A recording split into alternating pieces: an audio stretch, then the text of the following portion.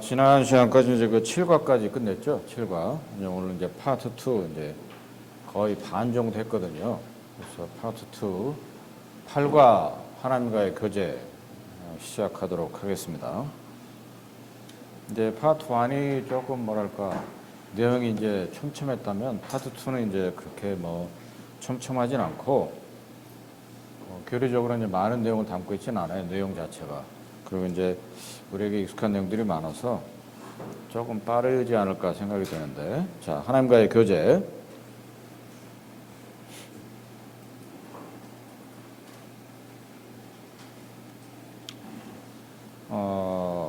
100페이지입니다. 100페이지. 하나님과의 교제. 부제 보시면, 그 목차의 부제 보면, 하나님과의 매일의 만남, 이렇게 써 있어요. 그래서 이제 그리스도인이 하나님과의 매일의 만남, 그것이 얼마나 중요하다. 그것을 이제 말씀해 주고 있는 거죠. 자, 그러면, 책자 100페이지로 가서 시편 42편에 있는 구절이 인용되어 있고, 그 밑에 시편 63편의 구절이 인용되어 있어요. 하나님의 사슴이 시냇물을 찾기에 갈급함같이 내 영혼이 주를 찾기에 갈급하나이다. 내 영혼이 하나님 곧 살아계신 하나님을 갈망하나니. 여기 시편 42편 그 이전에 제가 이제 교재를 드렸던 내용인데 아마 중요하니까 한번 전체적으로 한번 읽어보고 시작하겠습니다. 시편 42편. 시편 42편 보면 고라 자손의 마스길 이렇게 돼 있죠. 영장으로 한 노래. 이제 고라 자손은 이제 그 당시에 그 찬송 직무를 맡았던 그런 자손들을 얘기하는데, 자 1절부터 보면 하나님이여 사슴이 시냇물을 찾기에 갈급함같이 내 영혼이 주를 찾기에 갈급하니이다. 이것은 이제 좀 이미지를 떠올려 보면, 그러니까 사슴이 막 돌아다니잖아요. 숲속 돌아다니는데 물을 찾을 때 시냇물이 있어야 되는데 그렇게 이제 그 헐떡이면서 여러 이렇게 지역을 다니는 사슴을 이렇게 생각하면 되겠죠. 갈급함 같이 내 영혼이 주를 찾기에 갈급하니이다. 그만큼 이제 간절함, 갈급함이 있었다는 얘기고, 2절 보면 내 영혼이 하나님 곧 생존하시는 하나님을 갈망하나니 내가 어느 때 나아가서 하나님 앞에 배울고. 그러니까 이제 더욱더 이제 간절하게 나와 있죠. 생존하신 하나님, 즉 살아계신 하나님 이렇게 돼 있고, 3절 보면 사람들이 종일 나더러 하는 말이 내 하나님이 어디 있느냐 하니 내 눈물이 주야로 내 음식이 되었도다. 그러니까 많은 그 하나님 믿지 않는 자들이 우리 이제 대적으로 이렇게 얘기한다는 거죠. 네가 믿는 하나님이 어디 있느냐 보여달라. 4절 내가 전에 성의를 지키는 무리와 동행하여 기쁨과 찬송의 소리를 바라며 저희를 하나님의 집으로 인도하였더니 이제 이 일을 기억하고 내 마음이 상하는도다. 그러니까 많이 낭망을 했다는 거죠. 5절 내 영혼아 네가 어찌하여 낭망하며 어찌하여 내 속에서 불안하여 하는고 너는 하나님을 바라라. 그 얼굴에 도우심을 인하여 내가 오히려 찬송하리로다. 그래서 이 시편 42편은 특히 이제 그 낭망할 때, 뒤로 물러설 때, 그리고 이제 그야말로 용기가 없어서 많은 대적이 에워싸고 이랬을 때 많은 위안을 주는 그 시이기도 한데, 그래서 여기서 내 영혼아 어찌 낭망하며 어찌 불안해하는고 너는 하나님을 바라라. 그 얼굴에 도우심을 인하여 내가 오히려 찬송하리로다. 글쎄요 3, 4년 전에 제가 이제 그 얼굴에 대해서 하나님 얼굴에 대해서 좀 교재 드린 적이 있는데, 자 6절 보면 하나님이여 내 영혼이 내 속에서 낭망이 되므로 내가 요단 땅과 헤르몬과 미살산에서 주를 기억하니이다. 그러니까 이제 그러고 나면 주의 폭포 소리에 깊은 바다가 서로 부르며 주의 파도와 물결이 나를 엄몰하도소이다. 이제 그것은 이제 계속되는 어떤 그 스트레스풀한 이런 디프레션이라고 하죠. 뒤로 물러서는 낭망. 이것을 이제 여러 그 비유를 들어서 기록을 하고 있고, 8절 보면 낮에는 여호와께서 그 인자함을 베푸시고 밤에는 그 찬송이 내게 있어 생명의 하나님께 기도하리로다. 기도에 대한 그 중요성을 말씀하고 있고, 내 반석이신 하나님께 말하기를 어찌하여 나를 잊으셨나이까. 내가 어찌하여 원수 앞절로 인하여 슬프게 다니나이까 하리로다. 내 뼈를 찌르는 칼같이 내 대적이 나를 비방하여 늘 말하기를 내 하나님이 어디 있느냐 하도다. 이제 다윗의 시에도 보면 내 뼈를 찌르는 칼처럼 이렇게 아주 날카롭게 아프게 이제 대적이 이제 못살을 군다 이런 표현들이 나오는데 그런 거고, 내 영혼아 내가 어찌하여 낭망하며 어찌하여 내 속에서 불안하여 하는고. 너는 하나님을 바라라. 나는 내 얼굴을 도우시는 내 하나님을 오히려 찬송하리로다. 그러니까 이제 고라자서의 시뿐만이 아니고 그 다윗의 여러 시편을 보면 이런 유사한 내용들이 많이 나와요. 그러니까 이제 대적자들로 인해서 괴로움을 당하고 의로운 자가 고통받는 그런 그 형편에 대해서 많이 기록을 하고 있는데 오늘날도 똑같습니다. 똑같아요. 우리를 낭망케 하고 실망케 하는 많은 일들이 사실은 주변에 일어납니다. 그런데 중요한 것은 이럴 때 이제 그리스도인들이 여호와 하나님 주님을 이제 바라면서 힘을 얻고 그분 안에 거하는 것이 중요하다. 이렇게 이제 우리가 알 수 있는 거고요. 자, 한 편 더 가서 63편으로 가서 이건 좀 짧은데 63편 시편 이것은 다윗이 이제 지은 시예요. 이제 고라자서는 그 40편하고 비슷한 내용인데 하나님이여 주는 나의 하나님이시라. 내가 간절히 주를 찾되 물이 없어 마르고 곰핍한 땅에서 내 영혼이 주를 갈망하며 내 육체가 주를 앙모하니이다. 그러니까 이제 42편 1절하고 거의 내용이 비슷하잖아요. 사슴. 내가 주의 권능과 영광을 보려 하여 이와 같이 성소에서 주를 바라보았나이다. 아까 이제 그 얘기도 40편에도 그 성소에 대한 얘기가 나왔어요.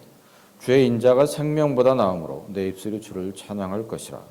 이러므로 내 평생에 주를 송축하며 주의 이름으로 인하여 내 손을 들리이다. 골수와 기름진 것을 먹음과 같이 내 영혼이 만족할 것이라. 내 입이 기쁜 입술로 주를 찬송하되 내가 나의 침상에서 주를 기억하며 밤중에 주를 묵상할 때 하오리니. 여기도 보면 주님에 대한 감사 그리고 찬양과 기도가 이렇게 기록되어 있죠. 7절 주는 나의 도움이 되셨습니다. 내가 주의 날개 그늘에서 즐거이 부르리이다. 나의 영혼이 주를 가까이 따르니 주의 오른손이 나를 붙드시거니와 나의 영혼을 찾아 멸하려 하는 저희는 땅 깊은 곳에 들어가며 대적자들을 얘기하는 거죠. 칼 얘기가 납니다. 칼의 세력에 붙임받아 시랑의 밥이 되리이다. 왕은 하나님을 즐거워하리니 주로 맹세한 자마다 자랑할 것이나 거짓말하는 자의 입은 막히리로다. 이제 이 책자에 다시 돌아오셔서 깁성점이 요 두 개의 시편을 이렇게 서론에 언급하신 것은 아주 그 탁월한 선택이었다. 제가 개인적으로 그렇게 봅니다. 왜냐하면 이제 이렇게 갈망하고 피폐한 세상에서 그리스도인들이 바랄 대상은 뭐지? 하나님뿐인 거죠. 그래서 하나님을 간절히 사슴이 시냇물을 찾는 것처럼 물이 없는 땅에서 사막에서 그야말로 주를 갈망하는 것처럼 이것이 이제 뭐냐면 그리스도인이 매일의 삶 속에서 하나님과의 교제의 모습이라고 하는 거죠. 그렇기 때문에 이제 탁월한 선택이다. 이렇게 생각이 듭니다. 자, 그 다음 부분 읽어보면 하나님을 향한 갈망과 그분과의 교제를 향한 열망은 거룩하신 분 안에서 묵상을 하던 시편 기자의 간절한 부르짖음이었다. 생명의 주님이시여 영광의 주님이신 그리스도와 교제를 나누는 것보다 무엇이 더 귀한 사귐이겠는가? 하나님과 시간을 가지는 거룩한 만남보다 무엇이 더 큰 특권이겠는가? 만일 당신이 누군가를 사랑하면 그와 함께 시간을 보내는 것은 지극히 당연하지 않겠는가?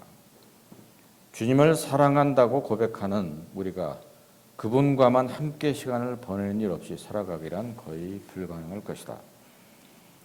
우리의 분주한 일상사는 무수한 요구사항으로 쉴 틈 없이 우리의 삶을 압박해온다. 우리는 숨막히는 삶의 수레바퀴에 치여 쓰러지며 그렇게 됨으로써 그리스도 안에 있는 우리의 부요를 부여잡고 누리는 데 실패한다. 우리의 매일의 삶의 과정은 성별된 시간으로서 따로 구별된 쉽게 파괴되지 않는 하나님과의 만남을 필요로 한다. 만일 우리가 그러한 시간을 마련한다면 그분은 우리를 기다리실 것이다. 이 서론 읽어보면 그냥 어떤 뭐랄까 편안한 평이한 내용이 아니에요. 다시 이렇게 읽어보시면 그러니까 뭐냐면 아마 깁스형제님께서 이렇게 서론을 쓰신 것은 분명한 이유가 있는데 그거 같아요. 우리가 이제 하나님과 이제 교제를 한단 말이죠. 매일의 삶 속에서 한다고 하는데 그것에 이제 자주 실패를 하잖아요. 실패를 맛봅니다. 예, 작심삼일이라고 말씀을 읽어야지, 주님 묵상해야지, 기도를 해야지, 정리화해야지 하다가도 그것이 이제 여러 뭐 일상생활에 방해 요인들이 들어오게 되면 실패하는 경우가 많거든요. 근데 그래서는 안 된다는 거죠. 그래서는 안 된다. 그래서 하나님과의 매일의 만남이잖아요, 부제가. 그만큼 하나님과의 교제는 그리스도인에게 필수 불가결 한데 그야말로 간절함으로 심각하게 생각을 해야 된다는 얘기입니다. 그런 정신사실을 갖지 않으면 그건 쉽지 않다. 쉬운 과정이 아니다. 이것을 이제 강조하기 위해서 이제 서론에 이렇게 기록을 하신 것 같아요. 그래서 아주 적절한 서론이 아닌가 이런 생각이 들어요. 그래서 보면 시편 63편 그 인용된 바로 밑에 보면 하나님을 향한 갈망, 그분과의 교제를 향한 열망, 이것은 간절한 부르짖음이라는 거죠. 그냥 쉽게 되는 건 아니다. 평이하게. 주님과의 교제를 잘해야지 이런 자세는 안 된다. 이런 얘기예요. 간절함이 있어야 된다는 거고, 그리고 이제 그리스도와 교제를 나누는 것보다 더 귀한 사귐이 없다. 하나님과 시간을 가지는 거룩한 만남보다 무엇이 더 큰 특권이냐 이런 얘기죠. 그러니까 이런 것들은 우리가 이제 쉽게 이렇게 잊고 살아가거든요. 일상생활이 바쁘니까. 그리고 이제 누군가를 사랑한다고 한다면 그 사랑하는 자와 함께 시간을 보내는 건 당연한 거죠. 당연한 건데 그것조차 잘 되지 않는다. 우리는 그것을 이제 성공적인 삶을 살지 못할 때가 많이 있다 이런 얘기죠. 그 이유는 이제 분주한 일상사, 그 이외에도 이제 여러 요인들이 있겠죠. 삶의 수레바퀴에 치여 쓰러진다 이런 얘기들. 그러니까 이런 것들을 갖다가 뭐라 그럴까요? 한 걸음 뒤로 물러서서 우리 스스로의 삶을 좀 관찰하는 시간이 좀 필요한 것 같아요. 저 개인적으로 가끔 이제 그런 생각을 하면서 막 일에 이제 치여서 바쁘다가 이건 아닌 것 같다. 한 걸음 물러나서 조명해보는 시간을 가지자 이런 생각을 많이 하거든요. 그렇게 하면 아주 그 뭐랄까 많이 좀 변화가 되는 것 같더라고요. 그런 면에서. 그래서 우리의 어떤 삶의 수레바퀴에 그냥 다람쥐 쳇바퀴 돌듯이 계속 이렇게 돌려서 치이는 것보다는 정말 나의 삶에 정말 중요한 게 뭐지? 이것을 이제 우리가 좀 생각해 볼 필요가 있다는 거죠. 그것이 뭐냐? 그건 하나님과의 교제라는 거죠. 그리스도인으로서. 이게 되지 않으면 사실은 어렵습니다. 우리 삶이. 자, 그 다음에 시간과 공간. 우리는 언제 그분과 교제하는가? 모든 환난 중에 그분은 가까이 계신다. 그렇죠? 모든 환난 중에 가까이 계신다. 시편 20편, 시편 46편에도 보면 잘 나와 있고, 우리가 우리의 아버지를 부를 수 없는 때란 없다. 그러나 경건한 신자들은 정해진 시간을 갖는 것을 습관도 해왔다. 습관이 돼야 되는 거예요. 습관이. 어떤 사람은 아침, 어떤 사람은 낮, 어떤 사람은 저녁 다 다르겠죠. 근데 이제 시편 55편 보면 55편 한 구절 찾아볼까요? 55편 17절에 보면 이렇게 돼 있어요. 다윗이 쓴 건데 다윗은 우리가 아는 대로 그 뛰어난 영적인 통찰력의 사람이었잖아요. 늘 주님과 교제를 가까이 했던 사람이고 55편 17절 보면 이렇게 돼 있어요. 저녁, 아침, 정오에 내가 근심하여 탄식하리니 여호와께서 내 소리를 들으시리로다. 여기 이제 우리말은 그 개역성인 탄식이라고 번역이 되어 있는데 기도한다는 얘기입니다. 저녁과 아침과 정오에 내가 근심하여 기도하리니 이런 얘기입니다. 여호와께서 내 소리를 들으시리로다. 이제 무시로 성령에서 기도하라. 신약에 이제 그렇게 이제 기록이 되어 있잖아요. 그러니까 늘 이제 하나님을 찾으란 얘기죠. 다시 이제 책자로 오셔서 한밤중일 수도 있다. 시편 119편 62편에 그렇게 돼 있어. 그러면 새벽일 수도 있다. 이렇게 표현되어 있고. 그러나 우리는 낮 동안에는 점점 바빠지는 경향이 있으며 밤에는 피곤해서 쉬 잠자리에 들곤 한다. 하루를 가장 잘 준비하는 것은 아마 사람의 얼굴을 대하기 전에 우리가 하나님의 얼굴을 대면하는 것일 것이다. 하나님의 사람들은 종종 아침 일찍 하나님을 찾았다. 여호와여, 아침에 주께서 나의 소리를 들으시리니 아침에 내가 주께 기도하고 바라리이다. 아침마다 깨우치시되 나의 귀를 깨우치사 학자들 같이 알아듣게 하시도다.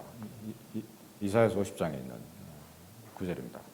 내가 날이 밝기 전에 부르짖으며 주의 말씀을 바라싸우며 이스라엘 백성 하루 동안 그들을 지탱해 줄 하늘 양식의 만나를 주어야 할 시간도 아침이었다. 하루의 일과를 가장 잘 시작하는 것은 하나님과 함께 시간을 보내는 것이다. 이제 보면 특히 이제 구약에 보면 아침에 이제 주를 만나다 이런 표현들이 많이 나와요. 근데 이제 요거는 이제 뭐 현대 생활에서 참 쉽지가 않죠. 아침에 일찍 이제 출근들 해야 되고 하니까. 특히 이제 청년의 때는 아침에 일어나는 게 굉장히 어렵습니다. 그렇죠? 늦잠 자고. 이제 그런 개인적인 사정이 다 있겠지만 아무튼 각자 가장 적합한 시간을 찾아서 주님과 교제하는 것이 사실은 굉장히 중요하죠. 자, 2번. 우린 어디서 그분을 만나야 하는가? 하나님은 어디나 계신다. 왜요? 편지하신 분이니까. 그렇죠?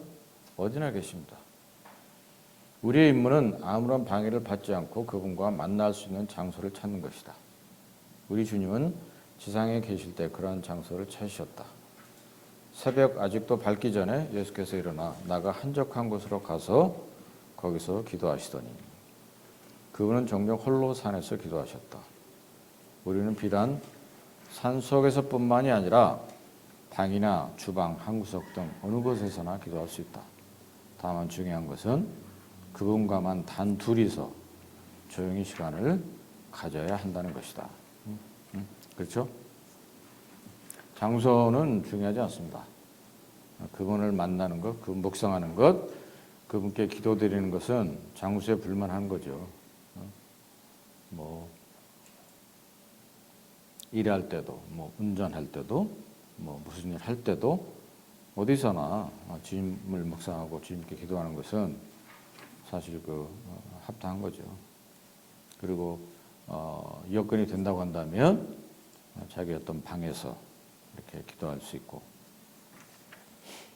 그래서 이제 시간과 공간에 관계없이 우리는 늘 주님과 갈급함으로 간절함으로 그분을 구해야 된다. 이런 얘기입니다.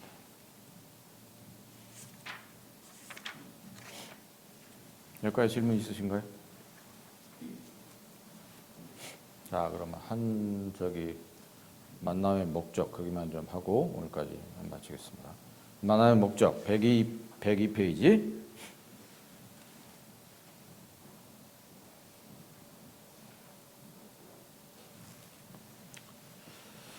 자, 우리는 무엇을 구해야 하는가? 무엇보다도 먼저 우리는 그분을 구해야 한다. 하나님과의 교제는 어떤 성경 공부 계획을 실행하기보다는 그분에 대한 우리의 믿음의 뿌리를 깊게 심는 데 우선적인 목적이 있다.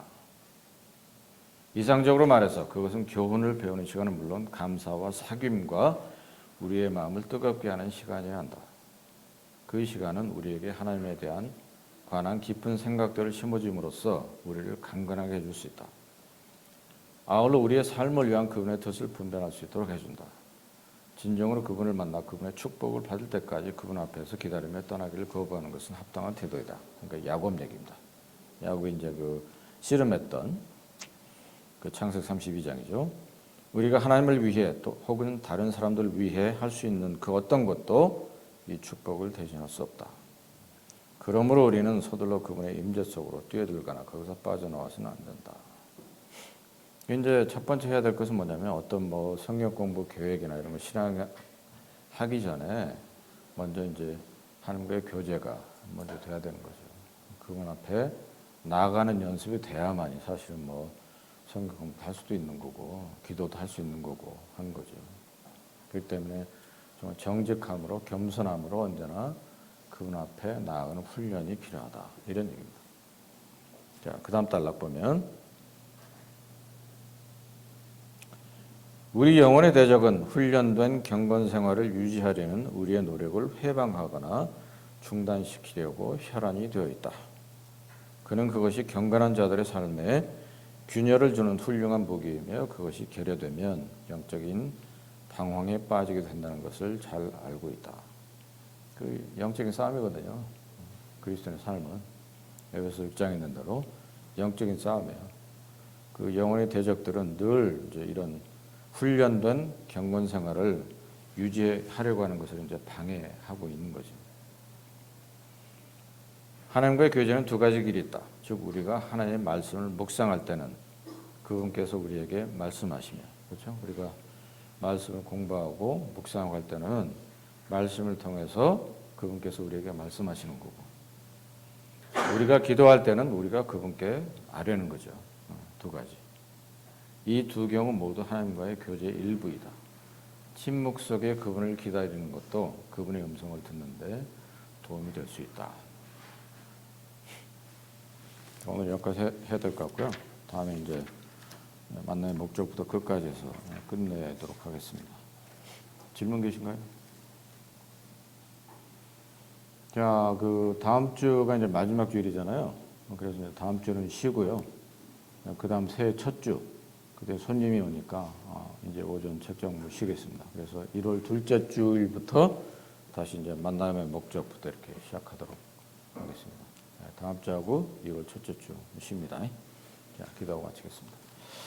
하나님 감사드립니다. 저희들 모아주시고 하나님과의 교제, 매일의 만남에 대해서 또 공부해 가심을 감사드립니다. 저희들이 참 게으르지 아니하고 부지런함으로 참 하나님을 구하고 그분을 묵상하고 그분 안에 삶을 살아갈 수 있도록 도우시옵소서.